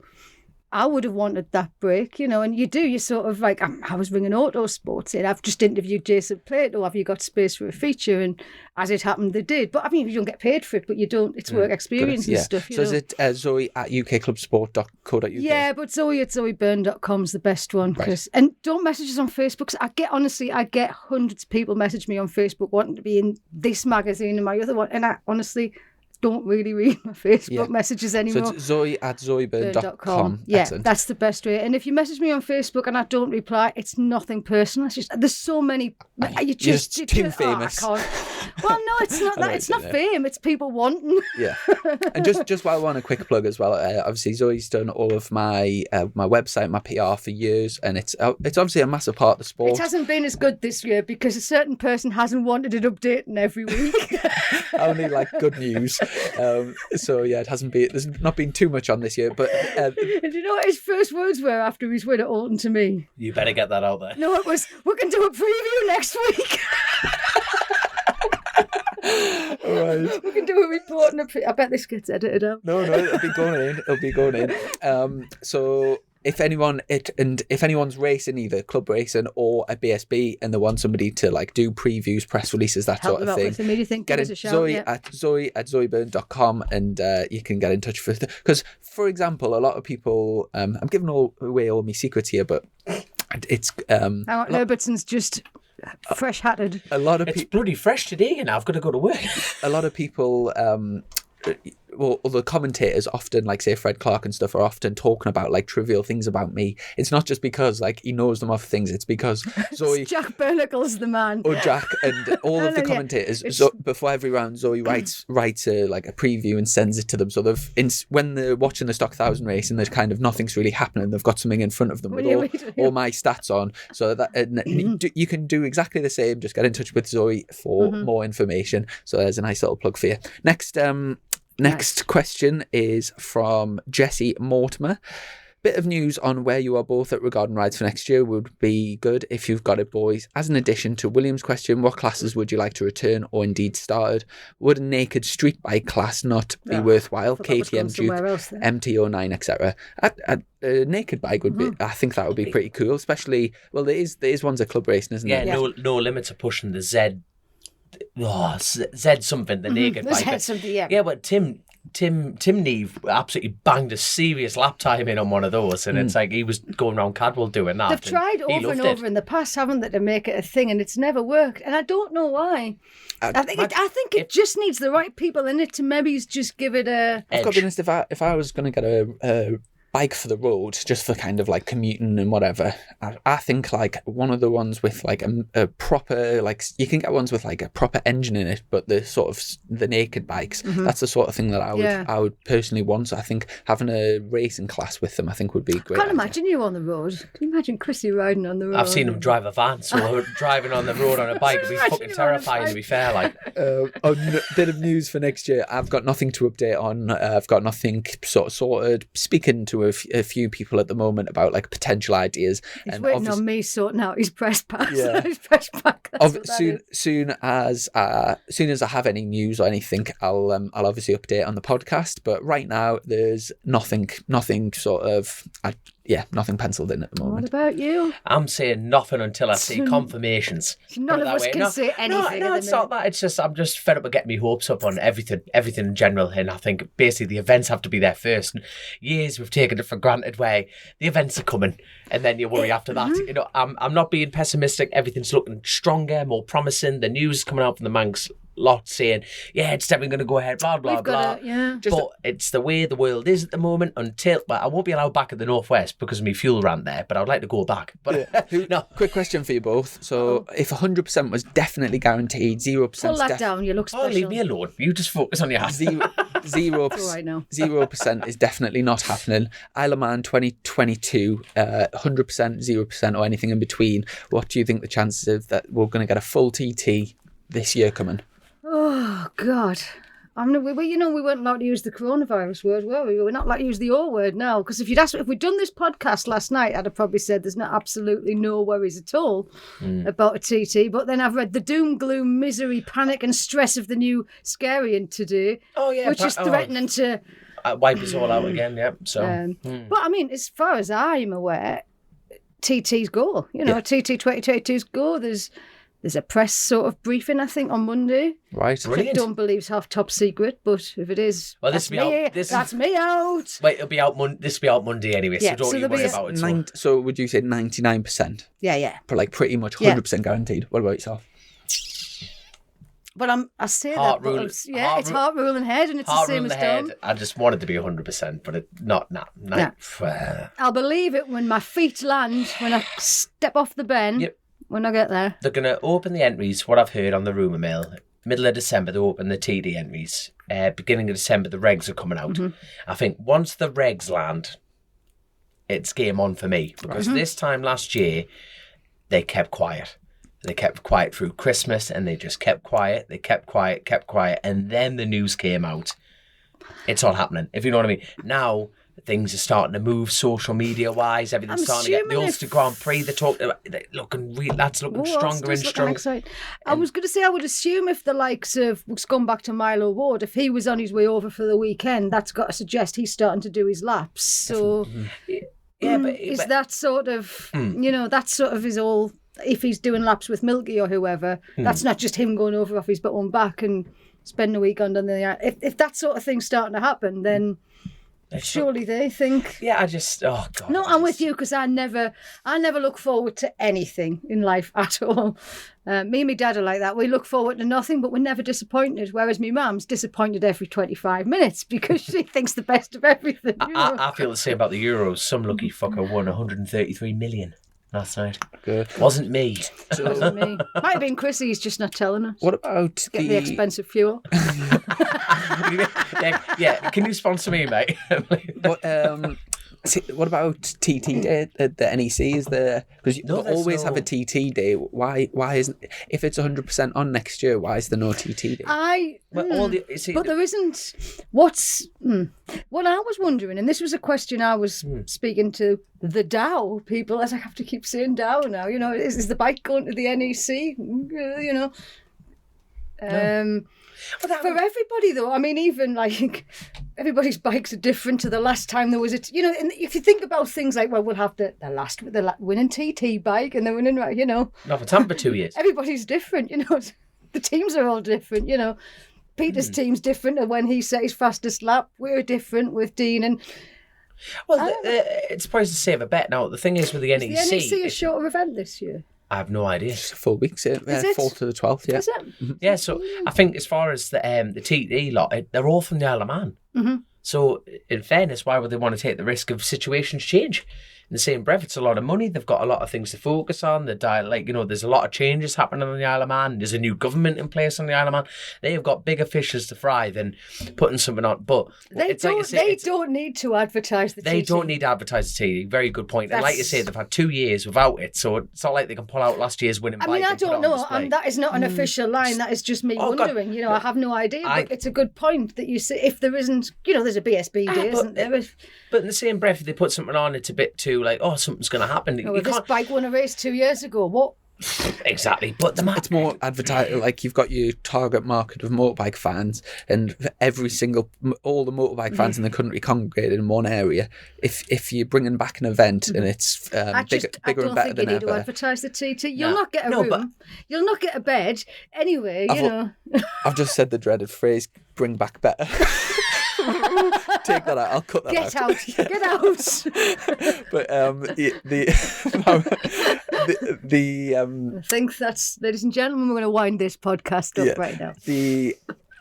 I would have thought it's just the perfect opportunity to like get everyone excited about it. And if they were 100% sure it was going ahead, I thought they would have like a massive preview. I don't think we could be any more excited about it. I'm absolutely desperate to get. No, I think it's. I don't know. They've got. Hey, it's a big show to put on. They've got a lot to be on. They might just not have announced it. They might be going to make some announcement in this press briefing. This time, there's no TT launch being done. They're always good. I always enjoy watching them on the TV. I enjoy being at them. I bet they're good crack. Aye. They are. The big Imagine display. you get sent over there in March. It's freezing. They fly you over there. Everyone has a few drinks. Fly you a drink. You'll be at the next TT launch, won't you? Yeah, the top. I'd have thought you would they'll have the seeded riders. Dom, you'll be there. No. Well, it's only the top teams that announce. Like, isn't it? You know what I mean? It's like they don't actually have. They get the Birchall lads on. They get. Well, yes, but they might. Holding on. They get. I'm trying to think. They get the same replacements. They get Dean there, Hickman there, Hillier there, Davo. Then do they get all the media McGuinness? They get McGuinness, obviously. Yeah, McGuinness. But it's kind of the same thing. They get Davy Todd. But then they get the newcomers up. Like, you know what I mean? Like, Davy Todd will be there. Do they get them? But when they get like the top 10 from the seniors, surely they might get you. You never know. You never know. I wouldn't say no to the invite. But I'm not in charge of the TT's marketing, but surely they might. Do they get the media outlets there? We might get a media passed on, me and you. They don't. No, they'll invite you, but not me. Dom, mate, we'd like you to come to TD launch. We don't want you on stage, but you can report on it if you want. I'd be happy to go. I'd be happy to do that and all. There you go. So, if you want to sit there with me bobblehead pissed. Yeah, they sort of ask a lot of media there. They would, Chrissy. That's it's Bex. It's Bex and them, isn't it? Bex from Honda. Was this Motorcom. Right? We'll be in touch, Bex. Right. I gave her your number, so when you did you were meant to be at the NEC or something, weren't you? Tracking thing. That was my fault, yeah. Champion, thank you very much. That was a min crack, that. So we've got two more. Mike Orton, echoing Jesse's question, are you both sorted for rides next season? So we've kind of talked about that.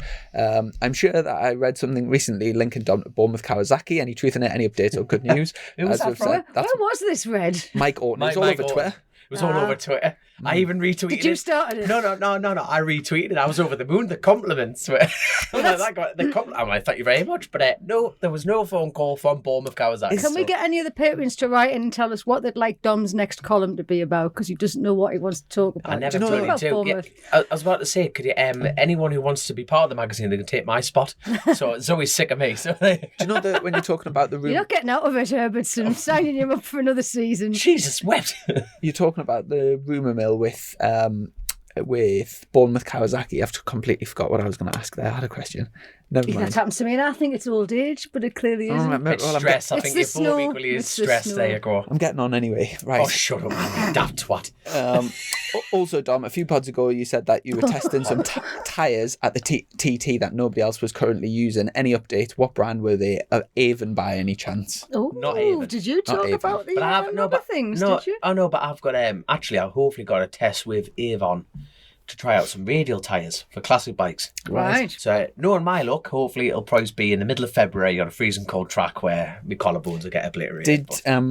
It's February though. There's It's plenty of time February. to bounce Have you got back. any crack on the tyre testing, or do you want to Not yet, no. I want to confirm what I'm doing first. Right. Before I don't know why anyone would ever want to ask you guys questions because you can't give anybody an answer. No, can you? but we eventually do, if you know what I mean. But it's that funny thing, though, isn't it? You know, people, and I see people emailing pages, any news for next year, and it's like, well, and if there was, I would tell you. You know, I'm not just. No, but in the same breath, though, the patrons, we have like the good thing about the Patreon system is when people come on board, we have like monthly quizzes and stuff like that, and like little chats. So to be honest, me and him end up going, bollocks, we'll tell you anyway. So if you become a patron, I'm literally, you So can buy basically, the if you become a information. patron, you can find all about what tyres Dom's been using. Right, not a problem. You become a patron and we'll get you slapped on. They You are just good sign crack up. them. We'll do a Zoom, is it like a Zoom night with the patrons and like have it like I'll have to get on one. I'll have to. By the way, we're going to ban one first patron, Ryan Garside. It cost us £1,000 when we were leading the free tech race. He did What's he done? He cost I was so 1,000 pleased. quid. You know what? I was so excited to find that you were all racing together, and I was That's like, actually coming on the next question, so we'll save it for that. if they don't win, they'll be the dear nout me. the matter.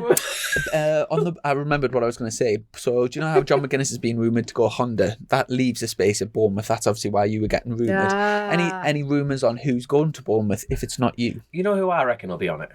At a guess. Total blind guess, driven by nothing else. Go on. I reckon David Todd. Because him and John are Padgett's. good friends. You reckon? Padgett's, I would say. He's You well reckon? in with Padgett's, and he's been. Why would David why would Todd they do go all the super stock Bournemouth? racing and get up? I don't know. I thought Dave Todd had Honda sort of running through his. He seemed to be. Like, obviously, the Supermoto, the Wilson Craig element. Yeah, no, I think at the end of the day, the Bournemouth ride, Jesus, where Bournemouth have been around since God was a lad, haven't they? And they've won multiple TTs. They've won If you take Davey away, who else is going to go there? Like a sort of top 10 man. on the Bournemouth element. There aren't any that's not snapped up. That Milo, there you are, get in Milo. But no, no. You can obviously see why you're getting rumoured, because like if you haven't got a ride, I tell you, if Bournemouth want to pick up the phone, is Jamie Coward sorted? Last time I was speaking to him, yeah, he's sorted. Yeah, so the KTS team, like Kevin Watt there, you know, they've got the lap record around Oliver's Mount, and their Super Twin is literally a super bike. It's outstanding. Jamie's happy, and when Jamie's happy, he goes fast. All So- the top roads people I can think of have all got rides. So that's what I mean about. Yeah. But you see, David Todd's the only one who hasn't announced. So was that Glenn Irwin? That'll be Glenn. I'm assuming this is the thing. The Superbike lineup has been confirmed for the BSB element. So the rumour at the moment is that Honda have got John McGuinness back and Glenn Irwin. Yeah. So you think that's two riders. Padgett's, Davey Todd and Connor Cummins. Well, Connor Cummins is definite. Yeah. But then there's been no. You see, Clive's king of the old school, isn't he? He's the headmaster of old school. He doesn't really say much. There's not really big announcements, and that's why everyone loves him. I Respects think him. the next power needs to be Clive Padgett. What about We'd love. what We're about trying. Bruce Anstey? Bruce Hansen. Well, you see, he'll be a Padgett, but you see, he's. Where is he? But that's it. He's like, you know, that Hillier watch you should do Bruce Hansen watch. He was in Ireland. He's Anstey helping watch. out. He's helping out the racing scene in Ireland. Just thought of what but could he'll be more. I don't think. Bruce and Connor on Padgett, Davey to Wilson Craig with Joey Thompson. No, but you see, I'm not Nah, sure I about don't that. think- I think Wilson Craig will just take Joey Thompson. One really- rider.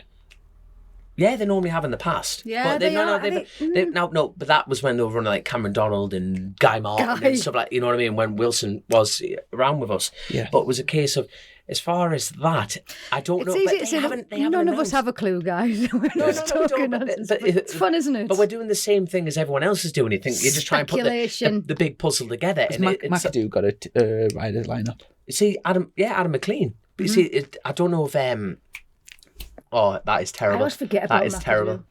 That is terrible. Who? Derek Shields. No, you're putting names in my mind, and it's totally gone. He's Is he Irish? He's Irish. He's very Irish. He's amazing. Just had another kid as well. The name is totally gone. He was Adam McLean's teammate. I've raced with him loads. Darryl Tweed. Thank God I eventually got it out. No, so Darryl Tweed will be stepping up because he was a Manx Grand Prix front runner, and he'll be stepping up to the TT as well. So you think, there you go. But as far I as think you need to get on the phone to Bournemouth, because I think there's definitely a space there, Dom. yeah, so. but you don't know. But you see, if It's the idea McGuinness of Dom is having to gone- drive to Bournemouth to sort the contract out with. I'm always up and down the road anyway. But it's On his dad's 600 in the rain. That's got to. No, he'll never let me that bite again. You'll never lend me that bike So again. this is the longest question I think we've ever had, but Mike Orton. So we've answered the first few. He said, I'm also interested to know if you get any feedback from Colchester Kawasaki regarding their sponsorship. I've recently bought a ZZR 1400 from Claycross Kawasaki, part of the group.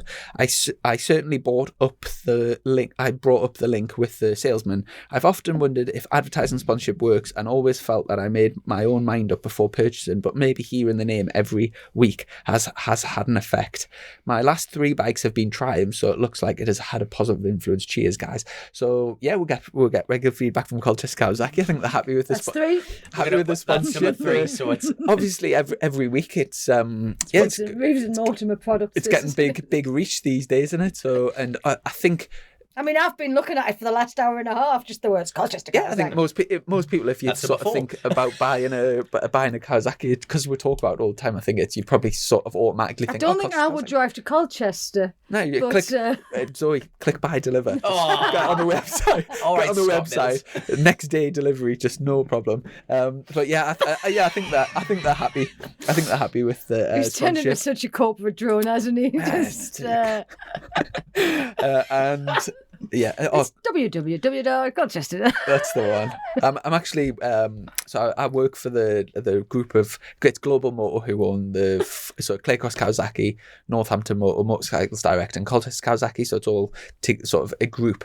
But yeah, I'm sort of looking after all the social This is media. the at man who moment. doesn't like to do his own social media. I know. Now you know what it's like. That's why know. my website's never up to date, because I'm doing everybody else's stuff. Yeah. And you don't. I know. I feel the pain. So I feel the pain, but. He had the audacity to ring me up and say, "Can you put Colchester Kawasaki on my website?" He put the link on his own website. I know. I don't have access to my own Delegation's key. website. Do you? I can sign you it. You sort everything. So, and final question, Ryan Garside. Anyone else in the world of club racing had a rector cell barrier jump out in front of them this year? Or was it just me? Before I forget, Did it really jump out in front of you, Ryan? that cost Easy us enough. £1,000. You know, we're leading the race. £1,000. We were leading the race before then, and then But yeah. were you? And was it a genuine start this time? Yes. It actually was. It actually- That was No, still my favourite. No, the start went to shite. Absolutely went to shite. The flag marshal just totally did it wrong. So it was a Le Mans start. Mm-hmm. Who was starting? I've no idea, but it was like a twin red flags with a whistle. And twin red flags. Bear in mind, you started from the side, so red flag from the front and back. That's not how you start a race. She had twin red flags, blew the whistle. Everyone went on the whistle because everyone was looking at each other going, "What the hell's going on?" How could you hear a whistle? But wait, one person. Once one person goes, it's a chain reaction, isn't it? We forgot to talk about this at the time, but that was carnage, and it was unbelievably lucky that nobody was seriously injured here. So there's Really? 120 100 bikes, 121 bikes on the left, 121 riders on the right, and obviously the procedure is the starter usually raise a flag to get everyone's attention. A Union Jack flag, like a nation flag or a start flag. You know, Yeah, it's yeah. never a red flag. Never a red flag. Yeah, and then on the drop of the flag, that's when everyone runs. So everyone's sort of poised, ready. Like it's quite nervous, like tense and stuff. You just and when you at the back of the grid as well, you can just see who was on the bike. Was Ryan Garside was starting. Yeah, so at the back you can like just see the flags. Anyway, so everyone's like poised, ready, and as she went to pull the flags up to get everyone's attention, she blew the whistle to get everyone's attention. So she had the whistle in her mouth with the thing, but So there was about 60 people took the whistle as that's the start, or ran across, started the engines and started going. 60 people stopped, and then all the people that accelerated up to first gear looked up, seen her waving a flag, stood there, hit the brakes, and everyone ploughed in, and there was just carnage. It was absolute carnage. From then we did rolling starts the rest of the day. No. The rolling starts worked really well, so everyone set off, stayed in order for one lap, and then the safety car, whatever, pulls into the thing, and which everyone was a races. transit. And that, so that was definitely Was it white? That was the safest. That was it the, white with like the spits on Totally, it? aye. That was the safest, best way of doing it. The roll and start, because I would have been there, No. but I think there was a MotoGP or something that weekend. was. night I at tell you, work. I tell you what, I've got to give a massive shout out to the bloke who really didn't give a flying shite. There was a pile up in front of him, so he must have been at the back and thought, "I'm going up the grass." So you got Johnny Towers who dove out the way. Garside had to jump over the metal rail. This bloke was literally ploughing over people to get to the front, and he kept riding. I'm going, literally, you know when you're It's like, just survival of the fittest, isn't it? Mate, It's literally the Hunger Games down he there. literally saw £1,000 went that's mine now. And he just went up the grass and rode it all the way up. So you guys are poor now because of Garside. You're on the crap fuel. Because what happened? Like 100%. Basically, He just crashed. 4 hours in, hit the rector sail barrier, dropped it. But you know what? It's his own bike. But what he's still a knob. You're a knob, To be Garside. fair, You're a knob. it wasn't to give Garside his due. It wasn't. Don't give him Are we anything. going to talk about the build up to Garside's thing, or should we not? Should we just skip right, this? basically there was a flag and error, which caused me to pull in early, and it was just basically the Garside jumped on in a mad panic. So to be fair, the pair of them fucked up £1,000. Yeah. So we're doing 30-minute stints, and Right. there was a miscommunication. We accidentally pulled Dom into the pit. So about 6 minutes into his stint, Garside at this point was stood in pit lane eating a sandwich as Dom. Of course he was. As Dom's helmet started coming down pit lane, so we were like, Garside, quick, get your helmet. He puts his helmet on in a rush, panics. Sandwich underneath the helmet, probably. I got a pit board. Bearing in mind we have a mathematical genius here for a 6-hour race where you have to do a certain amount of stops. I'm going into this going, right, we're still P1. I get a board with in on it. Nothing else. That is the in board. And I'm going, you stick your leg out to confirm it. Stuck my leg out, came in. I'm going, Chris is onto something here. You know, I'm thinking, there's a plan. There is a plan. I'm going to pull in. This is the extra stop, not a bother. So anyway, I'm coming in. He's got half a glove. We're hooning and off we go. So it all fell apart in the pits. This is what happens when you get two British champions like yourself and Garside up against a national champion. Anyway, I am not at fault in any of this That at was all. a joke. I'm sorry, I didn't mean that. and basically did. Garside. It's just funny, isn't it? He's super stock. He was a super stock champion, and it's not even a British title. And And, I've you got two two. buggers have got them. Garside's got one as well, I think. I've got 2. Is he? But, there you go. What's Garside got? Oh, something of something of something. Well, and anyway, so to give Garside his due, he just had to quickly put his helmet on, a bit stressed, went out and crashed straight away. But then I love him. I absolutely love that guy. that crash was then led to, so the bike broke, so we had another pit stop to fix the bike and then fix it, which took time. The language then we was absolutely blue eyes, wasn't then it? because he crashed, his visor came off, so he got black flagged for not having a visor. So he had to come in. no gear selector on it either. The whole thing just fell apart. We ended up finishing about 5th or 6th, but shout out to Garside for that. Have you had him in here, like, for a podcast? No. We were, and it cost us £1,000, so he's never coming on now. I was going to say, I bet he'd be worth a decent Who one. was It would be a good shout to have on. you were telling us that there was a lad who Pardon me. Can you imagine if he was your lecturer? I know you were telling us there was a lad who was on the same bike as us, like a young lad from Fab or B&B or something, that did a faster lap than me on the same bike. He was only Yeah. like 13 or something. Who No, I was think that? Rhys Stevenson, he does British mini bikes. He actually chased around Hickman. No, he's beaten Hickman. Seriously fast lad in mini bike world. He's actually going to the British Talent Cup.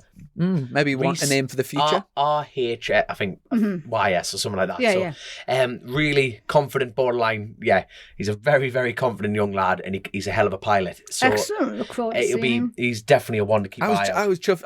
I did a good lap. Like I was chuffed with my lap time, and he was about half a second faster than me. Something like that. But he was chomping on, like he was chomping on. So he's definitely a one to keep an eye out. Definitely. That's that's definitely getting clipped and put on his dad's Facebook. Right, and the last bit was, before I forget, could you mention something about Aintree? Stevens. Yeah. Yeah, something about Aintree releasing dates for 2022 appears promising that there may be some racing going ahead next year after 3 years of no track permit. Yeah. If it does get going, it's going to need their entries to support it. So yeah, It's like What's the what we were crack saying there? before with like the North East Club, these smaller clubs. Now Aintree, it wasn't COVID with Aintree, was it? There was various other things, and I'm not sure where the legals are, so I don't want to, because I know there were a few sort of legal things with that, so I don't want to talk about it. Aintree didn't stop because of COVID, Right. you know. And I had pretty much almost forgotten its existence, really. And then obviously they started saying, you know, this is what we're going to do. We're trying to get back. I know they were. Before COVID, they were trying to come back. You know, it was just various challenges and things that were going on with, I don't really know what you can say and what you can't, because it was to do with, I'm getting that's a terrible not me. No, I'm getting a terrible. I had to take feedback. my I'm not coat sure off what for it is. this. I'm sat cuddled into a I was about cushion. to say, that's the second time you mention it. I'm Leave bloody it go. We're nearly at the end here. freezing. For a job, for a northern bird, I'm absolutely You're letting the side useless. out, yeah. You're letting the side If I out. was going out tonight, I'd be putting a coat on as well. Be necking the WKD. I mean, I'm 24 tomorrow. Obviously, I mean, I'm getting old. But there we go. But I'd say, Coming from your mic, sorry, but I'm not really sure what it is. It might be the cushion. Yeah, maybe. That bloody cushion, there you go. Straight off the bat, straight to fix, and there you go. Give it a little plug. I'll put my safety glasses on here just in case I lose my eyes. Just watch me table, I don't want you keying it. It's all right, I've got my arms folded. Right. Anything else to wrap up that? So for the injury thing, people just follow it on Facebook. Yeah, just keep an eye on it. And if it comes back, support it in the same way I was going to say with the North East Club and East Fortune, I think, have sort of been out of the woods for a bit. They sort of haven't. They did a cut. Yeah, but you see, the thing is that Everyone Scottish that's- had some at Knock Hill as well. It's Yeah. been a bit on the quieter side, but they have been out. The North East Club are planning on 2 meetings at East Fortune, one at Croft, and it'll be always good to get them back And massively. I think Aintree, everything that's local to people, if you've got a local club Go and to you it. can, if you've got like a local club that's doing a round in March and it's not going to upset you, just try and get to it. Because I think, Definitely. I think every single one of you is here because you're here. Everyone that's on a bike pretty much has done a club race or started on a club race, something like that. And I think if this can be the year coming up where things return to normal-ish, let's get like the local. I think clubs like the North East were in jeopardy before this anyway, because of dwindling grids. So hopefully everyone can get another. And the same with Oliver's Mount as well. So Yeah, and to be fair, we've done this whole sort of episode and haven't really talked much about No Limits, which is one of when I go sort of testing. It's definitely one of my favourite club events. it's the best fun. It's Paul Rennie. He keeps everybody. the endurance side of it's brilliant, and so same. Yeah, I just want to give I'm a shout guessing out you've to spoke about obviously what like the endurance because that was a couple of months ago, and that isn't me now. I don't know what it is. It might be me, but I've got We're having technical issues. Thank God. nothing of mine touching the microphone now. Sorry, well, I'm not trying to be antisocial here, but I'm looking for the British mini bike dates because they have a winter series happening. So, if anyone wants some entertainment while it's going on during the winter. Are you doing any mini bike racing this year? I want to try and do the next one, but depending on bloody work, now that the country's blown over with that wind, I don't think I'll ever get a weekend back to myself. It's all right. We've been in here a while. People have stood the trees back up now, Dom. Yeah, I know. They stood back up for the. I tell you what, I'll be getting cut. The good thing about today is I'm just offhanding everyone against each other. So it's like, I'm on a job at the moment, and then the next bloke, I'm on another job at the moment. This is the job. So there you go. I'm sorry. Well, carry on your I tell conversation. you what, to finish, so we've got a new game which was Luke from Colchester Kawasaki's given us it, and we tried it down at, I was down at Northampton Motor the other day and we had a little try of it, and it sounds very simple, but it's very addictive. And basically, we're going to have I can't even begin to imagine what it is. I'll explain. We're going to have a Top Gear style leaderboard for all of our guests. So Excellent. you're actually the first person that's going to start I'm the leaderboard. useless. This is going to be like the curling at the BTCC So 20 years basically, ago. it's for people that are watching this on YouTube, you'll be able to see on the Is camera this a strength here. thing? You're putting Yep. a woman to be the first person. So unless you get, in fact, the only women you're going to get on here are going to be strong racers. The rules are everyone's going to be sat in that seat. You're going to put arms out straight like that, so you can put the microphone down and see where the handprints are here. Do I have to clutch? You put your hands on here, and then as hard as you can, you get 3 attempts, and as hard as you can, you squeeze. What was that? Have you seen Like how that. small What was that my then? hands Hold are? on, It was hold on. 10 stone something. Hold on. He No, went- was it? It Was it was. bollocks? It was. Yeah, that was just me try. It went Anyway, to 10 so something. you hold it so we're facing us like that. I can't. I have the smallest hands in the world. Can I just point out one of the reasons I wasn't a violinist was because my fingers are too small. If That's not if you just move slightly to that side, brilliant. right, This and is then a hold- great game, It's always a this. fine quality in a woman, though, Hold- small hands. Well, it does. It's very flattering to men. Let's just say. And some men, I was going to say Mark Fine Grimes quality. used to always say, "Oh, men must think like the pedos with you." Okay, I think we'll have to edit that little bit out of it, but there you go. Class. right. Go on then, let's come on, so what do small I do? hands. so like that, and then get your Oh, do I have to palms. touch- I would oh, use do your I do that? yeah, use your palms like that. So straight arms. Palms. Oh, I'm getting videoed with me. No, I'm going to need a photo of the score, don't I, at the Me top? chipped nails, man. Me chip, I got If chipped. you video it, and then you can Video it. So So I on need to do that. straight arms. Oh, for pity's And then sake. I was carrying Washington Ways yesterday. So 3, 2, 1. You squeeze as hard as you can, and you get 2 attempts. This is So shameful. 3 straight arms. That's it. Yeah, 3, 2, 1. Squeeze. It's best you're going to get. Yeah, and then relax. You're going to get one more. So that was it was about just over 3.5 stone. We'll get it exactly. This is really unfair. This is a time of And then equality. I'm not up to this equality. It's all right. Pack in your whinging Right. I and would get rather squeezing. I'd rather be baking a cake. Straight arms and go on. 3, 2, 1. Squeeze. That's better. That's better. Almost 4.5 there. You can I'll relax. tell you what, this is weird in a trailer. You're two blokes and a woman like, oh, that's better. If anyone's outside in the shop, go on, both hands, squeeze. We'll get you on the leaderboard. You're going to be the starting point, and we're going to get every guest. I don't think it'll be long before that's beaten. So He's going to get like a 13-year-old in next, and it'll be, yeah. Oh god, I think the highest so far that I've seen is I think Nick Morgan and Dean from Colchester. Dean. I hate Colchester Kawasaki for inventing that game. They both got, I think it was something like 13. You were 10 when you or gave me a 13.5. demo. So yeah, I've done a little bit better than 10, but me and Dom will do it at some point, and we'll add After you've ourselves to the- trained. Yeah, after we've trained up for it. Saying that, me and Dom will go for a fitness test next. He's Sunday. I'm looking forward to that. You've got nice fingers, though. I mean, that's a handicap. I know, but Mama didn't raise the tart, so let's crack on. So, and we'll talk all about the fitness because we're doing a podcast with the guy that's doing the fitness test at his place and stuff. So that'll be like quite an interesting sort of feature. So we've got that next week, but in between times, hopefully, like I say, we're going to try and get Clive Padgett on soon. We've got Paul Bird. We've got Paul Bird lined up for the Birdie coming in. podcast. Yeah, so Woo. sometime very soon we'll get Birdie and his son Frank. So looking forward to that. And we've got a few other people lined up, but yeah. Well, you'll have to gen yourself up on car race and then Frank come in. Well, Yeah. well, The good I'll thing be in about touch. this show is we ask the questions. We don't have to go looking for them. We'll just go, what does a car do? On that, is there anything else to wrap things up?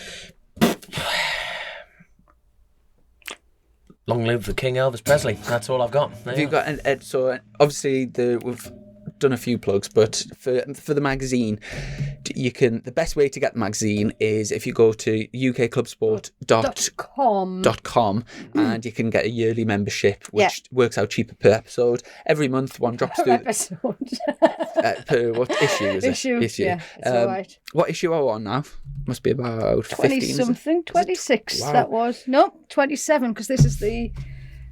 Yeah, second latest one. This is the latest one. Are you going to get some sidecar lads on as well? You've recommended Crawford, haven't you? I have, because Harry's back on the island now, but he might be back soon. But Lee Crawford should be a good laugh. It would be a good laugh, wouldn't he? We'll get him on. I'm sure he'd fold himself into here. He's about he'd be 20 all right. foot tall. He'd have to back in and then just back and just push him out again. It won't be the first thing that's backed into Chrissy's trailer.